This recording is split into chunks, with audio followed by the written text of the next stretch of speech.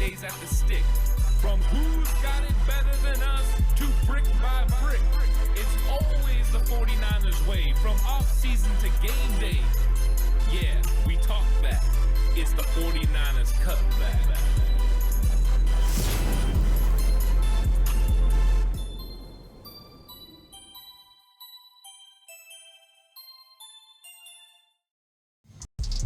It's 49ers Cutback podcast time. Welcome to the show, everyone. Tough is all I can say about the 49ers weekend, especially, the game versus Tampa Bay. And the biggest loss was not the loss to Tampa Bay, of course, but it was Fred Warner. And now when you look at Monday morning, you start coming around to life without Fred Warner. And this was something the 49ers already had to do this season when it came to Nick Bosa. You start reevaluating. What do the 49ers need to do to make sure that they can still win? Because when it comes down to it, this is a football team that still believes they've got a lot of good football left in them. And this was a absolute gut punch. And now you've got to figure out how to respond. And we know Fred Warner, just being the person that he is going to be a sounding board for this team and echo the continue to fight, continue to try to win. And the 49ers have put themselves in a situation where they've taken care of a lot of heavy lifting already. They already defeated the 3 NFC West foes already once this season. And so it's not that this season is over. And I'm going to go through this episode, and that's what I'm going to talk about. Why the 49ers season isn't over. Now, did it get a lot more difficult? Absolutely it did. It even got, completely compounded, right? The Nick Bosa, you're like, this is really bad, but if the 49ers can go ahead and trade for an edge rusher, you potentially can add some production, and you have Fred still, you're going to get by.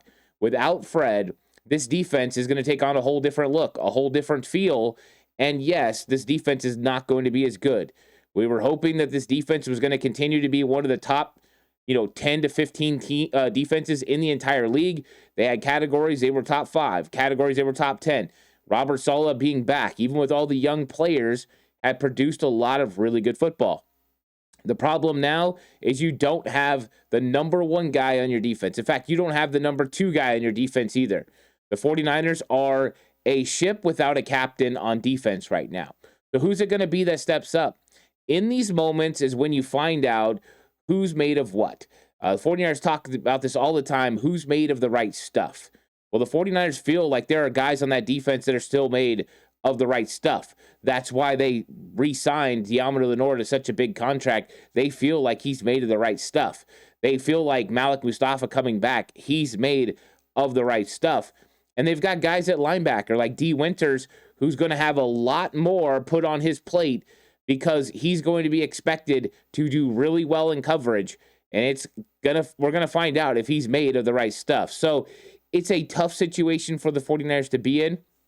It goes to a situation where I wouldn't say they're a no-name defense, but they definitely don't have any all-pros on defense right now. They're going to have to play above their level. They're going to have to get really tight when it comes to playing the scheme as it's supposed to be played, to knowing their assignments and executing those assignments. You don't really have a lot of wiggle room without Fred there. And so this is going to be a tough test for the defense. But the reason that you look at this and you say this season's not over is because the 49ers have found ways to win no matter what. And this is going to be one of the biggest obstacles to overcome. But I think when you look at it, you can find ways that the 49ers can win. And I'm not telling you right now, I'm not going to blow smoke up your behind and say, hey, the 49ers are going to win the Super Bowl. What I'm telling you is, though, they're still in the mix for competition to get into the playoffs. And that's the ultimate goal. You never know what happens. Injuries happen to every single team. Now, I don't know how many teams are losing 2 all-pro players in the first 6 games, but they happen to everyone. And there's always an opportunity for somebody to step up. So we're going to go through, we're going to talk about why the 49ers season isn't over and how the 49ers go about making sure they win games, that they stay relevant, and they have an opportunity to get to the playoffs and see what happens against a NFC teams who, are pretty good. And I got to say this, we knew the game versus Tampa Bay was going to be a toss-up. It was on the road. Baker Mayfield was playing really, really well. I know they had injuries as well.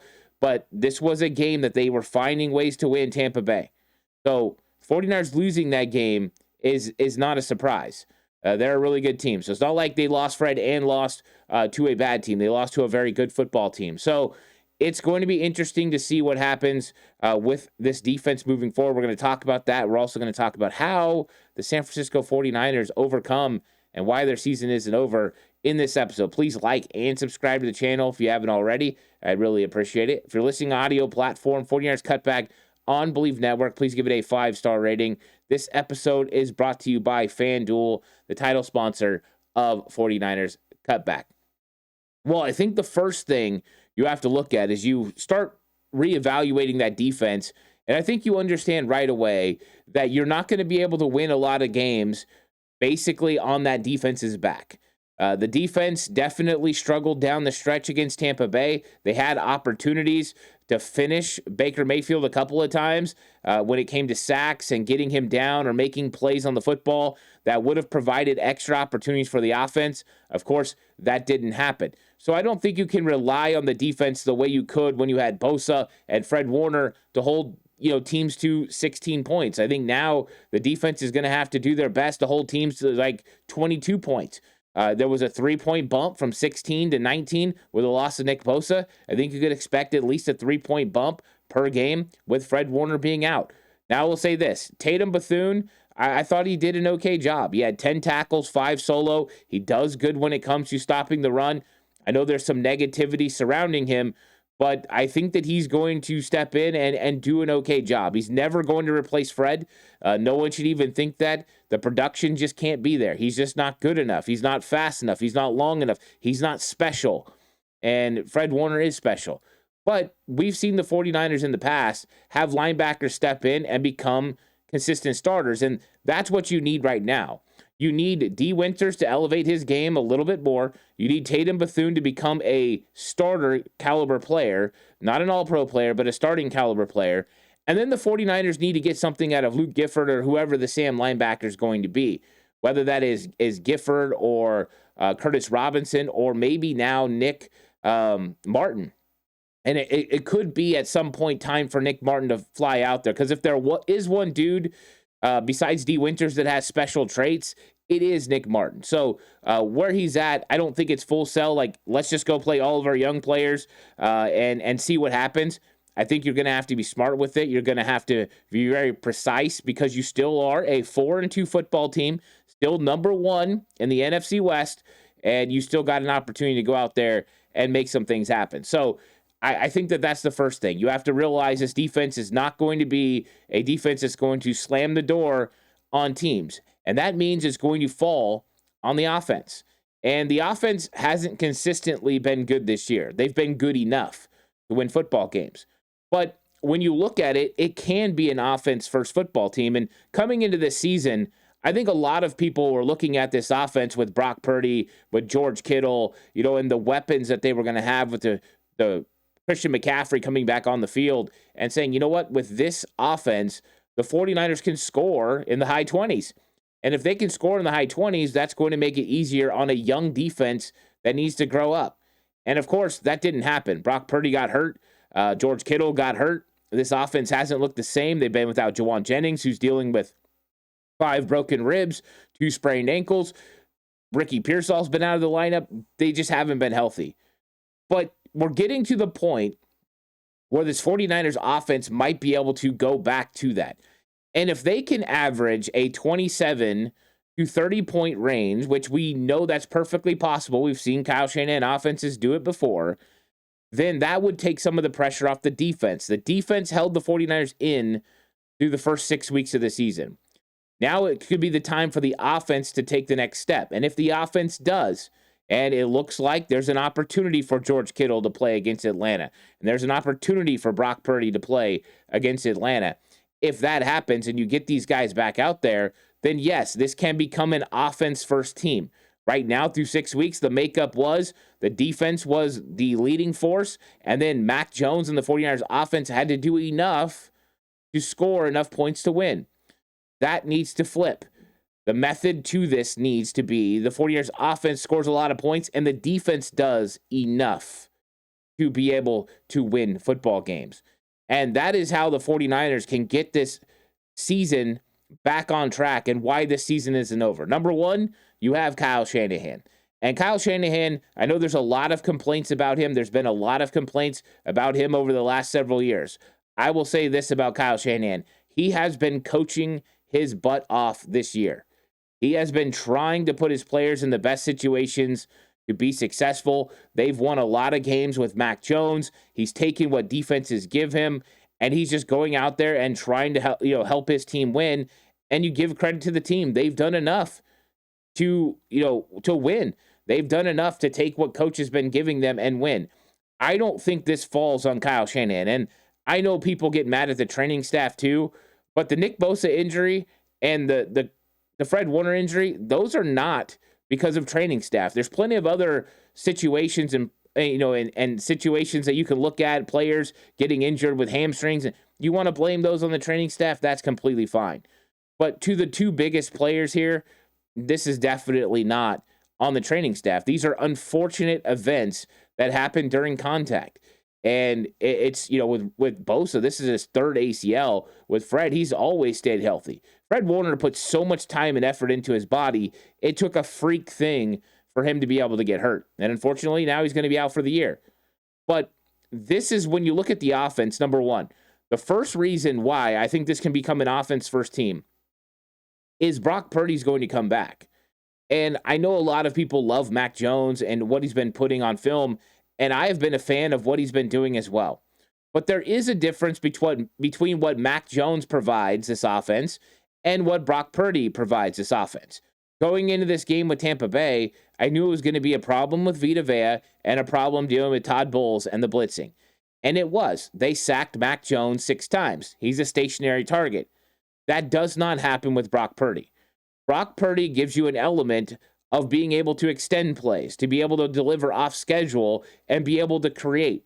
That is something that is really nice in this offense, because when things don't work out downfield and people are covered, you can't always get open receivers. You have to have a player that's able to create. Mac Jones does a great job in the pocket. He's phenomenal. Occasionally, there's going to be situations in games that he goes into where it doesn't work out. And I thought that this was a tough matchup for guys like Jake Brendel on the inside, but we even seen Dominic Pooney struggle with Vita Vea as well. So that will also cause some positives in the 49ers direction. Number one, we've seen Brock Purdy elevate this football team to all kinds of heights, right? And he's definitely got the ability to make things happen with his legs, to extend plays, to create down the field. And I think the 49ers need some of that. So I'm not saying it's a negative on Mac Jones. I think Mac Jones is a starting caliber quarterback in this league. I just believe Brock Purdy is a better quarterback, and he's better built for this 49ers football team right now. Now, he needs to play better than he did at Jacksonville. He needs to play better than he did at Seattle. He needs to take care of the football. But the reason the 49ers are paying him what they're paying him is because they know that he can make things happen and he can be a big-time quarterback in this league. When Brock Purdy's right, he's a top 10 quarterback in the NFL. So that's number one. Brock Purdy will be back. And when he comes back, hopefully he's fully healthy, or at least healthy enough to be able to use his skills. He's going to be able to extend plays. He's going to be able to scramble, get extra yards. He's going to keep his eyes downfield and create. And I think you're also going to see some more of the long ball. Right now, 49ers definitely, defenses are trying to take that away, but there are some opportunities, and Brock Purdy's got to take advantage of it. Number two, why you can flip this to an offense first team and help your team make sure the season is over. George Kittle's coming back. George Kittle looked dynamic in the early part of the Seattle Seahawks football game, and then he got hurt with the hamstring. This is so important because it takes and alleviates some of the pressure off Christian McCaffrey. So right now, Christian McCaffrey is the full focal point of the 49ers offense. They move him, they motion him, they put him in routes, they run him with the football, and the entire time, the 49ers know he's getting all the attention of Tampa Bay. That does open things up. Once you get George Kittle back into the fold when it comes to the passing game, it takes some of the pressure off Christian McCaffrey, because now you can't focus all your attention towards Christian McCaffrey. You have to also worry about George Kittle, because he provides some tough matchups for linebackers and especially safeties. So now that you have two pulls, and we've seen this before with the 49ers with Deebo Samuel and George Kittle, Deebo Samuel, McCaffrey, and George Kittle, that when that happens, the defense's focal points change. And it starts opening up windows for other players. So this is going to be a huge element to this game, and that's in the passing game.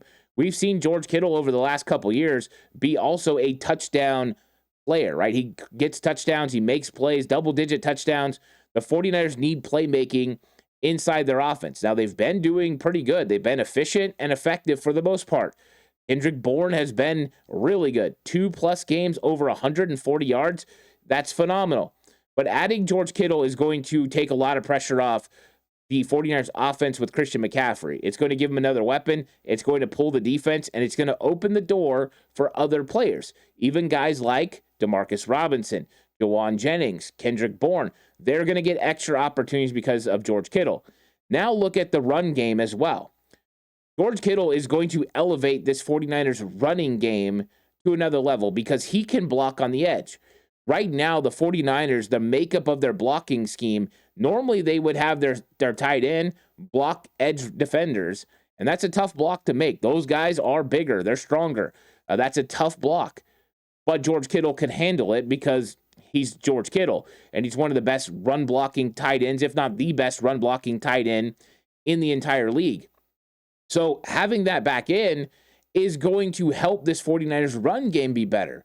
So George Kittle doesn't just influence the passing game, he influences the running game.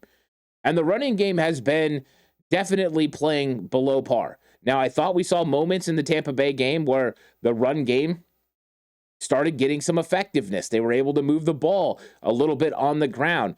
We've seen Christian McCaffrey get rolling a little bit at times, but it's hit and miss. George Kittle is going to help with that. George Kittle is going to make things easier for this 49ers offense in the running game.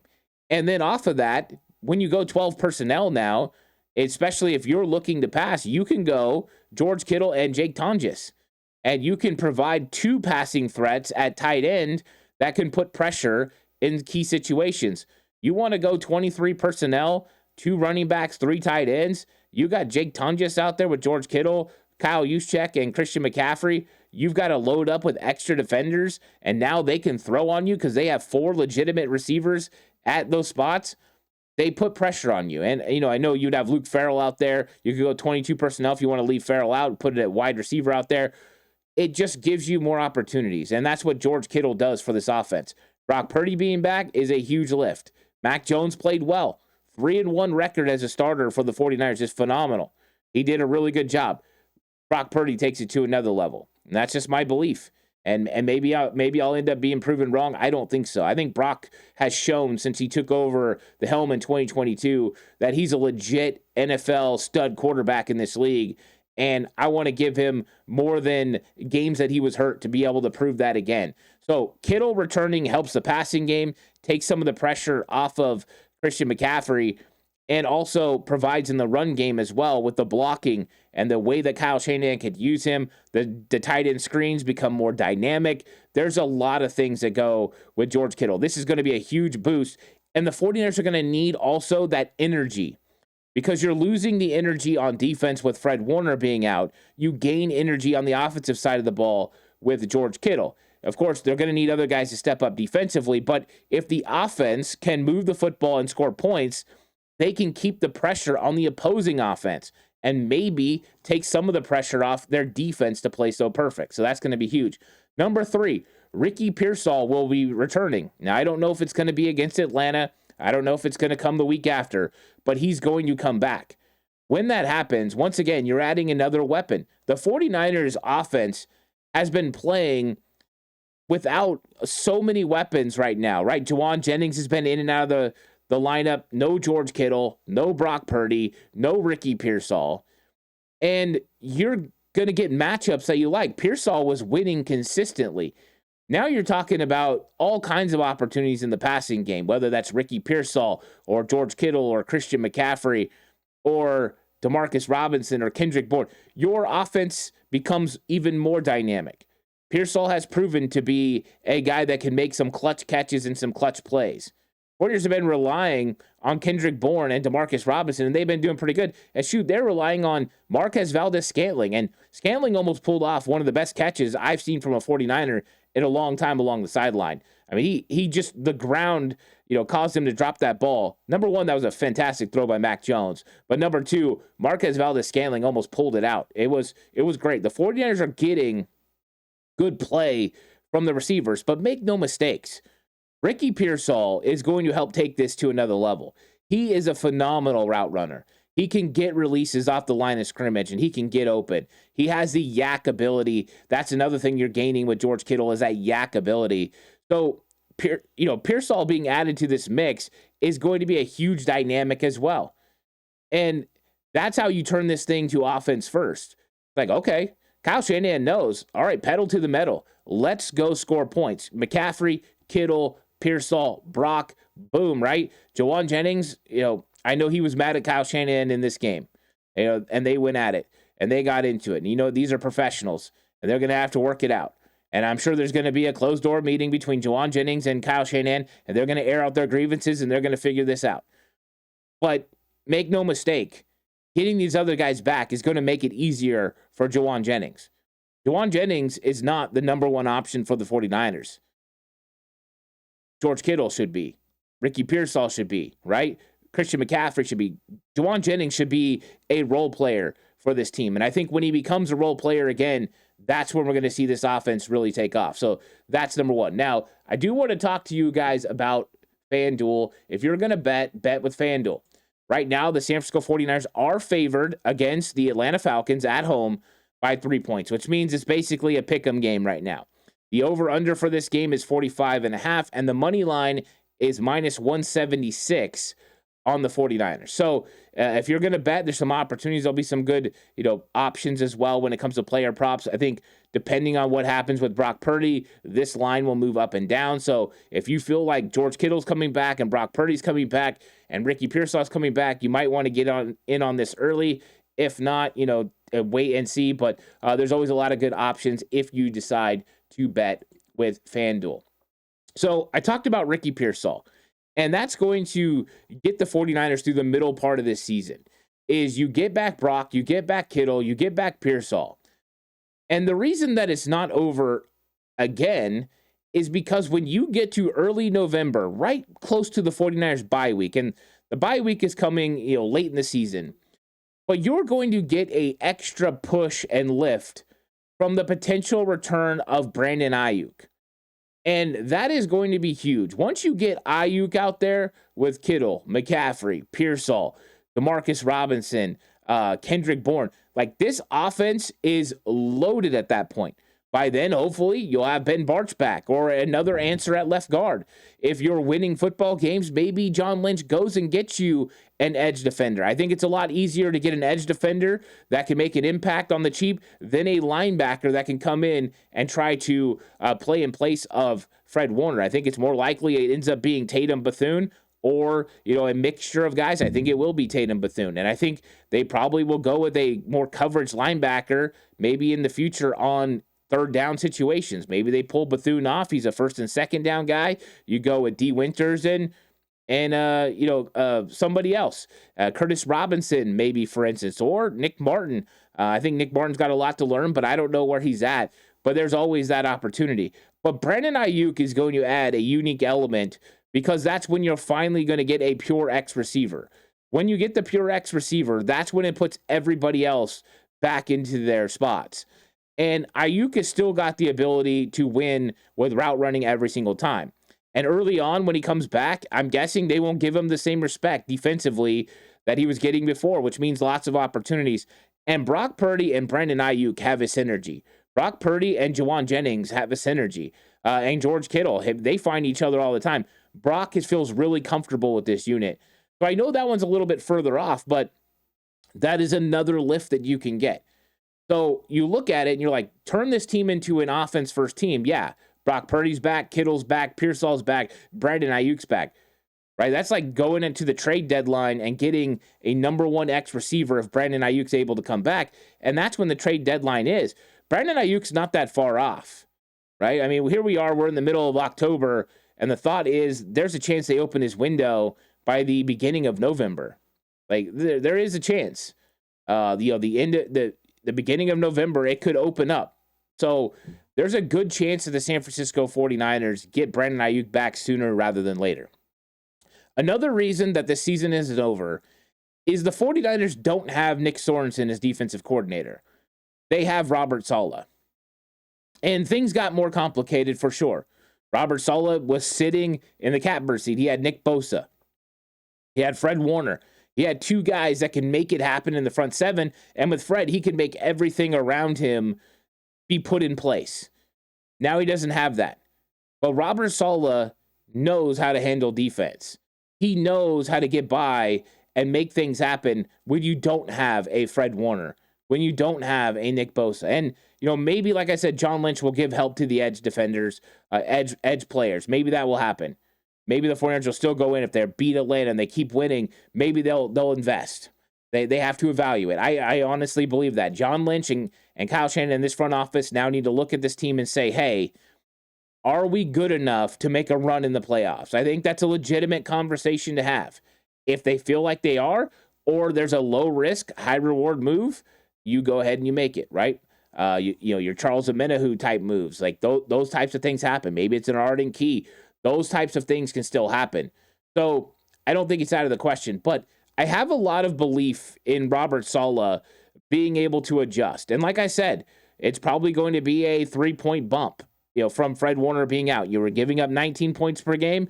Now you might give up 22, but he's got to be able to execute to keep it there. He's got to find ways to help this football team be able to adjust. And I think that he put them in some situations to get off the field. They had Baker Mayfield dead to rights. Bryce Huff had him, right? Trevis Gibson had him in the backfield. He was able to escape. And that's one of the frustrating things with Baker Mayfield. He just can't create in those situations, and you tip your cap. But you looked at it and you're like, well, actually, Robert Saleh put him in a pretty good situation there, right? I don't think it was bad defense as far as the play calls and the adjustments and the blitzes. I thought he did a pretty good job. Upton Stout hit Baker Mayfield, right in the back. I mean, that was a good blitz, but they had him. They had him stopped. That would have forced a punt. Instead, Baker Mayfield's able to find Tez Johnson in that, big vertical pass down the field. Baker Mayfield did what he did. He made Marcus Siegel sit flat-footed. He held him with his eyes and then went deep down the field. So I think that there are still opportunities for this defense to get better, and that's part of the reason that I have some faith in the defense that they can hold people around 22 points. Robert Saleh. The other reason is because we're seeing the young players get better. Yeah, we're seeing mistakes still, right? You see Upton Stout get beat in cover sometimes. Marquise Siegel, get stuck right there and have a little bit of a problem. But they learn. They continue to advance, and they're going to get better. And by the time you get to the end of November, December, and football games really, really matter, and they all matter, but they really, really matter down the stretch, these guys have gotten so many reps, they're going to be better for it. And I think you can look at it across the board. And we've seen Mikael Williams get a sack. Mikael Williams continues to develop, and there's a lot of pressure on him. You got to give these 49ers young players a lot of respect for what they're able to do, what they're capable of doing, and I really do enjoy how they've been playing. And I want to give a lot of props to players playing through injuries. Juwan Jennings talked about his. Trent talked about the fact there's a lot of guys playing through injuries. I think Trent Williams is. We know Connor Kobe is. Dominic Pooney is playing through an injury. You have Kalia Davis out there playing with the club. He just had surgery last week. He's got a big old ball in his hand. He's still playing. CJ West, same thing. Alfred Collins, knee sprain. You could name off all these guys that are going out there and putting forth all their effort every single week. And they've just got a lot of heart. They've got a lot of energy. And I think that that's something that can't be ignored. But make no mistake, if this 49ers team is going to prove that this season isn't over, that they have a shot at the playoffs, they have a chance to make a dent, to get some young players, some more experience and some playoff football, they have to make this an offense-first football team. It's going to fall at number 13, number 85, number 1 in Ricky Pearsall, right? 11 when he comes back. You got to look at Christian McCaffrey. It's all got to fall on those guys and Kyle Shanahan. offense first. If this team turns into a 27 to 30 point per game offense, this team has a chance to win a lot of football games and be a problem even in the playoffs, because offense, it can score. It can make some things happen. Defense has to play good enough. What does that mean? I think it's probably around 22 points per game. That's still going to be tough against the better offenses, right? Some of the matchups just got a lot more difficult without Fred Warner. So that's it. I think the 49ers are still in this. I don't think their season's over, but it's going to fall on the high paid players. Brock Purdy, George Kittle, Christian McCaffrey, right? You guys have to step up in the biggest moments. Deommodore Lenoir, it's time for you to take charge of that defense and really step up and be an emotional leader. You have the ability to do so. D. Winters, elevate your game. And even a guy like Bryce Huff, you haven't been around very long, but this is your time to step up and make things happen. And I'm hoping that he put that on him about the Baker Mayfield. Watching him go in there and tell everyone, hey, that's on me.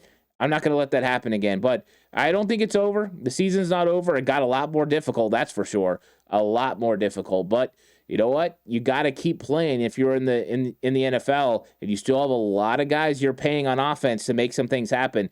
If they can go out there and start scoring points, then they could just stay in this thing. So thanks for watching, everybody. I really appreciate it. Please like and subscribe to the channel if you haven't already. If you're listening audio platform, 40 Yards Cutback on Believe Network, please give it a 5-star rating.